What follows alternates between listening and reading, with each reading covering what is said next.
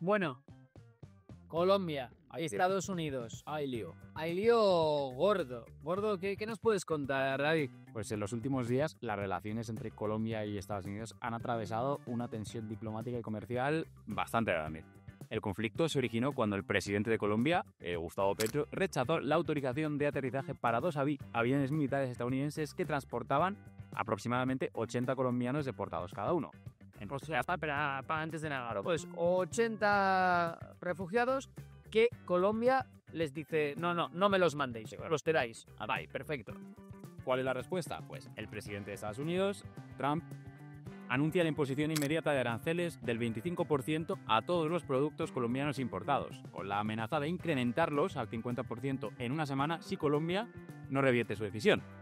Bueno, amenaza de Trump, de aranceles, algo que estamos viendo mucho últimamente. ¿Qué hace Petro? Pues responde anunciando un incremento del 25% en los aranceles a las importaciones estadounidenses y afirmando que Colombia no aceptaría deportaciones que no respetaran la dignidad de los migrantes. O sea, que al final lo que hace Petro es decir, que me pones aranceles, te pongo yo, ¿no? Yo también aquí. Bueno, exacto. Parece que la cosa finalmente se ha terminado por relajar, veremos por cuánto tiempo, porque el gobierno colombiano finalmente acabó aceptando sin restricciones a los ciudadanos deportados desde Estados Unidos, incluyendo a aquellos que fueron transportados en aviones militares. Uno de los grandes problemas era como que les estabais trayendo como sin dignidad, como les traen condiciones malas. De hecho, se decía, ¿no?, que Petro incluso podía mandar el avión presidencial a Estados Unidos a recoger a estos migrantes. Decir que, en consecuencia, lo último que se sabe es que la Casa Blanca ha decidido no imponer las sanciones anunciadas, aunque mantendrá ciertas restricciones hasta que se realice con éxito el primer vuelo de deportación, bajo los nuevos términos que, bueno, de momento son, vamos a decir, que no son públicos, ¿no? No me sale la palabra ahora mismo. Cuando no son públicos, Privado. Sí, bueno, que no se han revelado, ¿no? El caso es... Perdona, que no cede. Ahora lo entiendes, vale. En Estados Unidos decir que residen legalmente 885.000 colombianos, ¿vale? Y 126.600 de ellos, que se sepa, sin trámite legal, ¿vale? Y luego, respecto a las sanciones, porque oye, al final hablamos de estos aranceles, son muchos, son pocos, bueno, pues es bastante importante sobre todo para Colombia. ¿Por qué? Porque el 52,2% de las exportaciones de Colombia a Estados Unidos son productos petrolíferos, es decir, donde Colombia obtiene un buen dinero. Luego, las exportaciones de este crudo suponen el 27,7% de las exportaciones totales de Colombia. Es decir, lo que envía Colombia a Estados Unidos es el 27,7% de las exportaciones totales, ¿vale?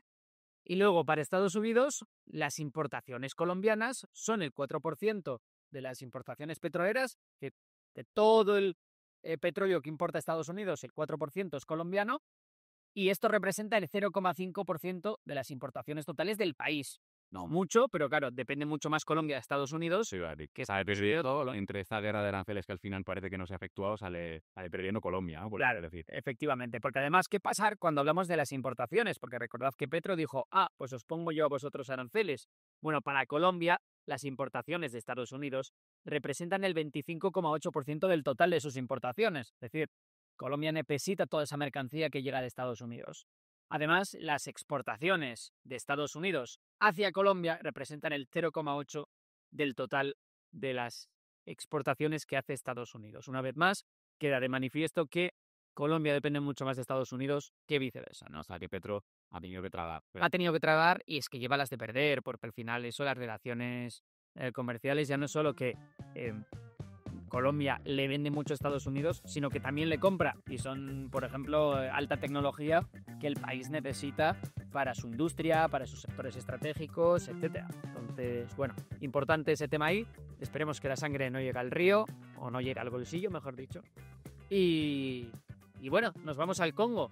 República Democrática del Congo. También lío. Vaya lío. Así que sí. Cuéntanos. Pues las milicias congoleñas del M23, apoyadas por la vecina Ruanda, han tomado Goma, una ciudad de más de 800.000 habitantes. Este conflicto no es nuevo. El M23 ya había sido una amenaza en el pasado, pero su resurgimiento y la intensidad de su ofensiva han generado una crisis humanitaria alarmante. Se estima que alrededor de 1 millón de personas han huido de sus hogares debido a los enfrentamientos, buscando refugio en los alrededores de Goma o incluso cruzando la frontera hacia Ruanda. Las autoridades ruandesas están preparándose para una posible afluencia masiva de refugiados, estableciendo nuevos campamentos para alojarlos. Bueno, vamos a ver un vídeo que me ha resultado bastante revelador de cómo los ciudadanos de Goma huyen con lo opuesto. Vamos a verlo.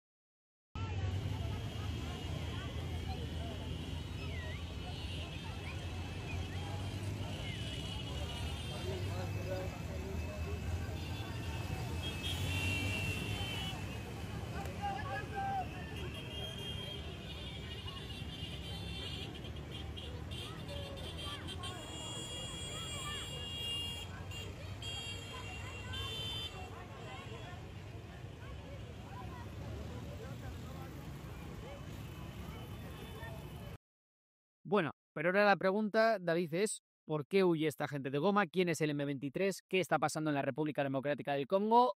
O vamos a contarlo. Lo podíamos contar en las profundidades, pero como tenemos que hablar de otras cosas, lo vamos a contar aquí ya directamente, ¿vale? Venga, la región de Goma, bueno, realmente toda la República Democrática del Congo, Ruanda, etcétera, es una región que históricamente ha sido un hervidero, ¿no? Con tensiones étnicas, principalmente, hay más pueblos, pero principalmente entre dos, los Hutus y los Tutsis, ¿vale? Estas tensiones se agudizaron mucho tras el genocidio de Ruanda, en la que los Hutus bueno, pues cometieron una auténtica masacre contra los Tutsis. Hablamos de 1 millón de muertos, la mayoría a punta de machete, en apenas 3 meses, ¿vale? Luego los Tutsis hicieron una ofensiva, pues bueno, pues con lo poco que les quedaba y consiguieron echar a los Hutus de Ruanda. ¿Y a dónde fueron estos Hutus, incluidos la mayoría de los que perpetraron el genocidio? Pues huyeron a la República Democrática del Congo. Su llegada desestabilizó el país y causó pues, las guerras del Congo. Especialmente la más importante fue la Segunda Guerra del Congo, que se cobró la vida de más de 5 millones de personas. Ojito, 5 millones, ¿eh? Siendo esta la guerra más mortífera desde la Segunda Guerra Mundial. Es verdad que la mayor parte de los muertos, pues en torno a 3 millones, fueron por hambre, porque una crisis alimenticia tremenda, ¿vale?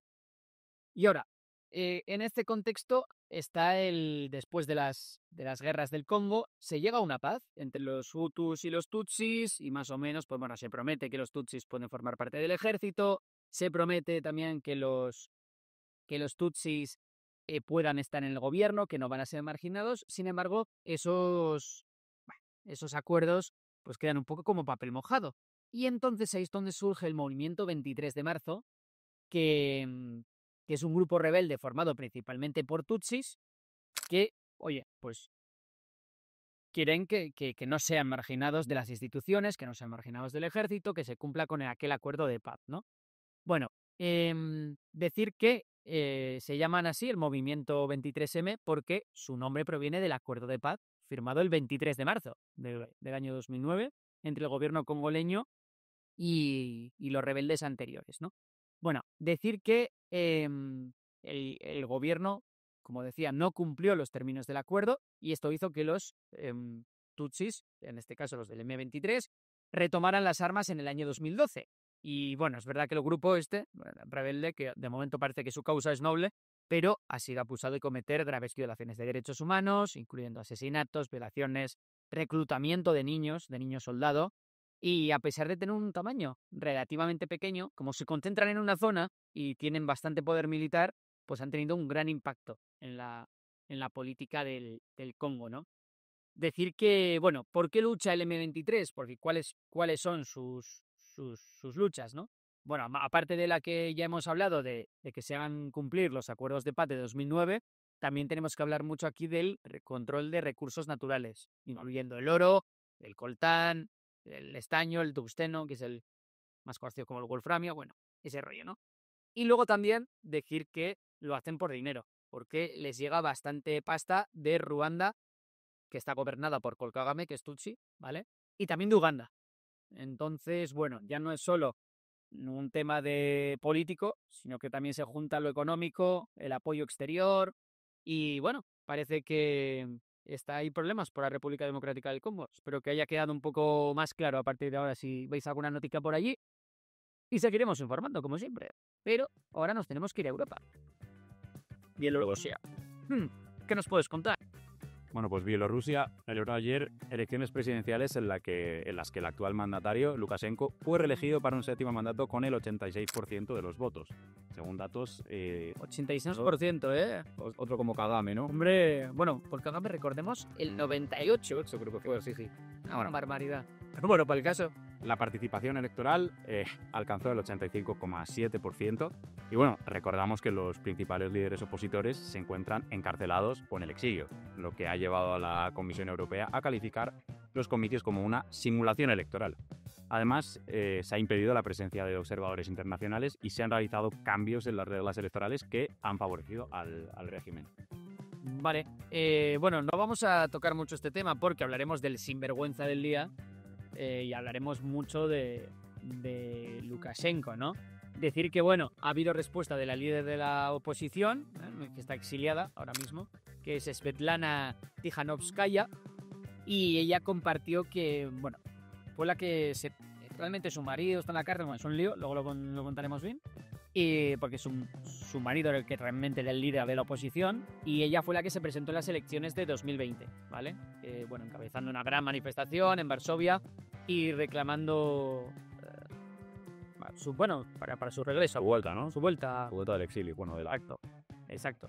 Por su parte, bueno, la Unión Europea decir que ha condenado las elecciones, señalando que carecen de legitimidad y anunciando la imposición de sanciones adicionales contra el régimen de Lukashenko. Obviamente, ¿no?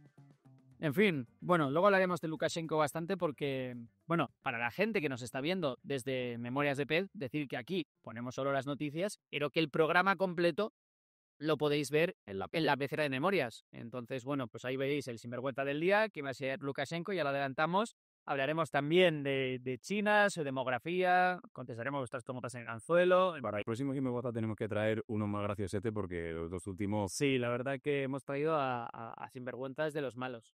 Bueno, vamos con... ¿Qué nos queda? Bueno, vamos a Gaza, ¿eh? Te voy a recordar. Sí, cuéntanos. Miles de palestinos parece que vuelven al norte de Gaza y el reciente retorno de todos estos palestinos marca un hito significativo tras más de un año de desplazamiento forzado debido al conflicto entre Hamas e Israel. Este regreso ha sido posible gracias al alto el fuego que ya hemos mencionado aquí y al acuerdo de intercambio de rehenes que ha permitido la apertura del corredor de Nectarim, facilitando el paso hacia localidades como Ciudad de Gaza, Jabalia, Beit Layar y Beit Han.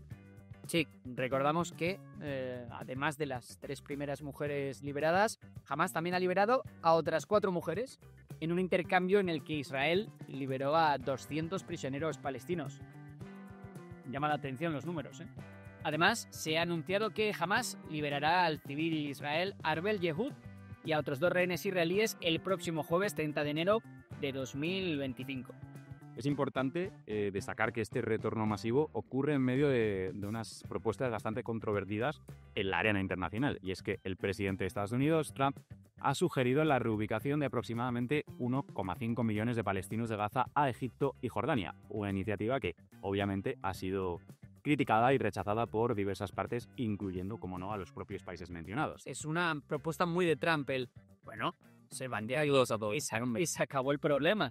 Sí, total. Decía Trump que, bueno, que es verdad que es que como vivían entre ruinas, ahí no se podía hacer nada, que lo mejor era enviarlos a otros países, se vacía eso y muerto el perro se acabó la rabia. Egipto, que además ya ha demostrado que no quiere tampoco que era refugiado de palestinos. Efectivamente, bueno. En paralelo, en el sur del Líbano se han reportado enfrentamientos mortales. El Ministerio de Salud libanés informó que al menos 22 personas murieron y alrededor de 124 resultaron heridas debido a ataques atribuidos a las fuerzas israelíes. Bueno, recordemos que era el vencimiento del alto al fuego entre Israel y Líbano, aunque todo parece que se va a volver a extender. Y decir que bueno, esto pasaba porque, ¿os acordáis que cuando Israel invade Líbano, lo que invade realmente es la parte sur, la parte del sur del río Litani? Y entonces lo que está ocurriendo ahora es que, bueno, pues hay muchos libaneses que están volviendo a sus casas. Entonces ha sido un poco caótico ese proceso y es donde han empezado a haber disturbios, los israelíes han disparado y se armó pues eso, lo que acaba de contar David, ¿no? Decir que, bueno, Israel al final está aprovechando este alto el fuego en Gaza, pues también para aumentar sus operaciones en Líbano y Cisjordania. Al final, bueno, pues el problema que tenía hasta ahora Israel es que tenía sus fuerzas muy divididas y sacando personal de Gaza, pues puede reforzar también un poco sus otros frentes abiertos. Claro, entiendo que también aprovecha que la opinión internacional ha relajado un poco con todo de la Gaza y pues ahora pues nos vamos aquí, ¿no? Nunca da puntada así este señor. Bueno, vámonos al rincón del tiburón, porque hay también mucho que contar sobre la economía que está en los mercados en rojo, vamos, rojo, rojo. Vamos al lío.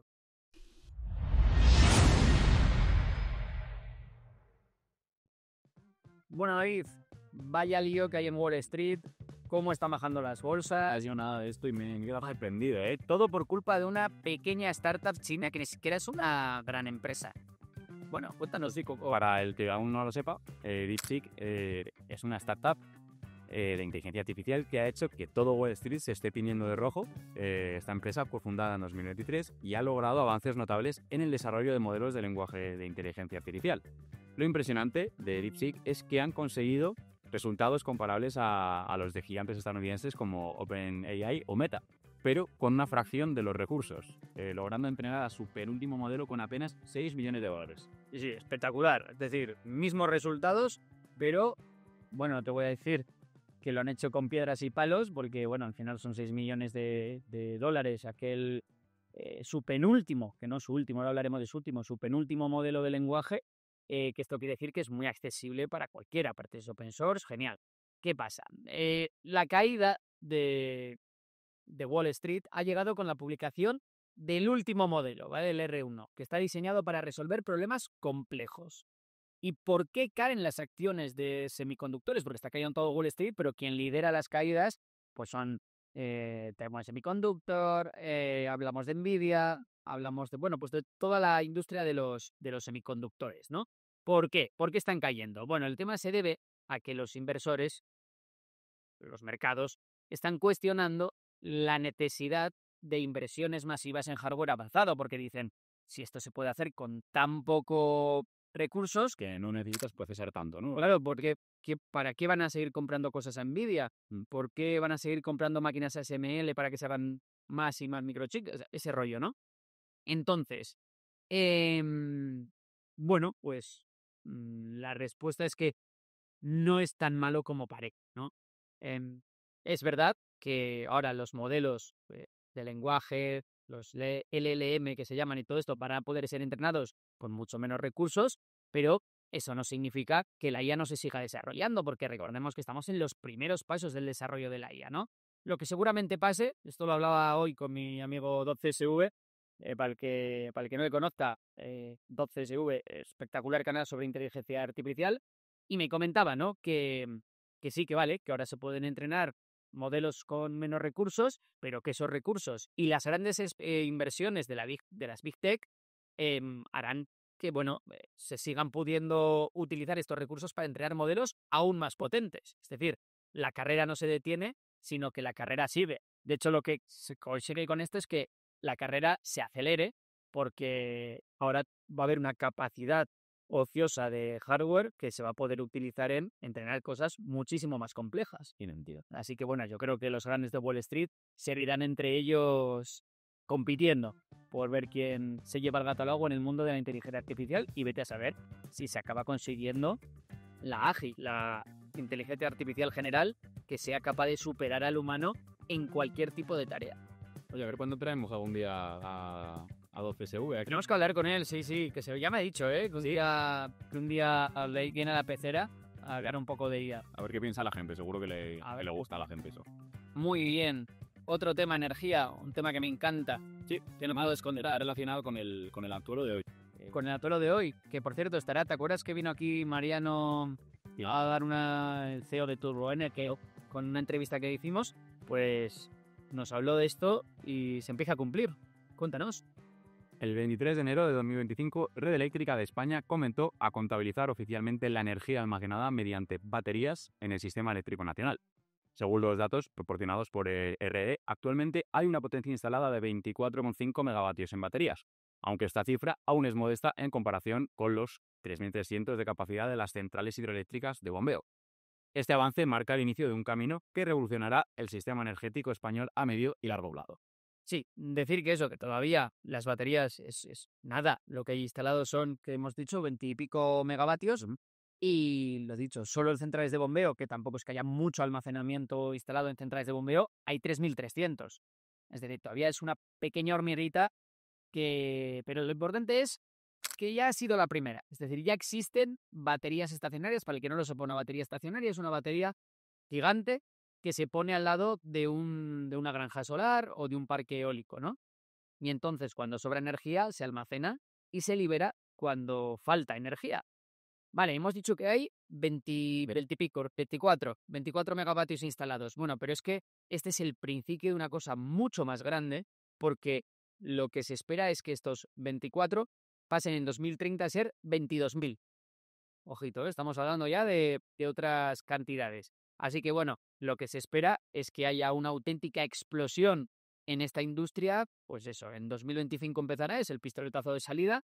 En 2026 se acelerará muchísimo y luego hasta 2030 se implementará mucho. ¿Por qué? Porque aparte cada vez las baterías son mejores, por tanto son más rentables, son más baratas, más eficientes y hace que lo que antes no era, vamos a decir, eficiente económicamente, ahora sí lo es, ¿no? Entonces, bueno. Muy interesante las dos noticias del Rincón del Tiburón. Muchas gracias, David, por traernos tan magna información. Y ahora vamos con las secciones. Recordemos todas las de Memorias de Pez y toda la pecera de memorias. Tenéis el link en la descripción y así podéis ver el programa completo. Os suscribís y ya os saldrá siempre. Suscribir, campanita, todo el rollo. Así. Y ahora sí, venga, vamos al sinvergüenza del día.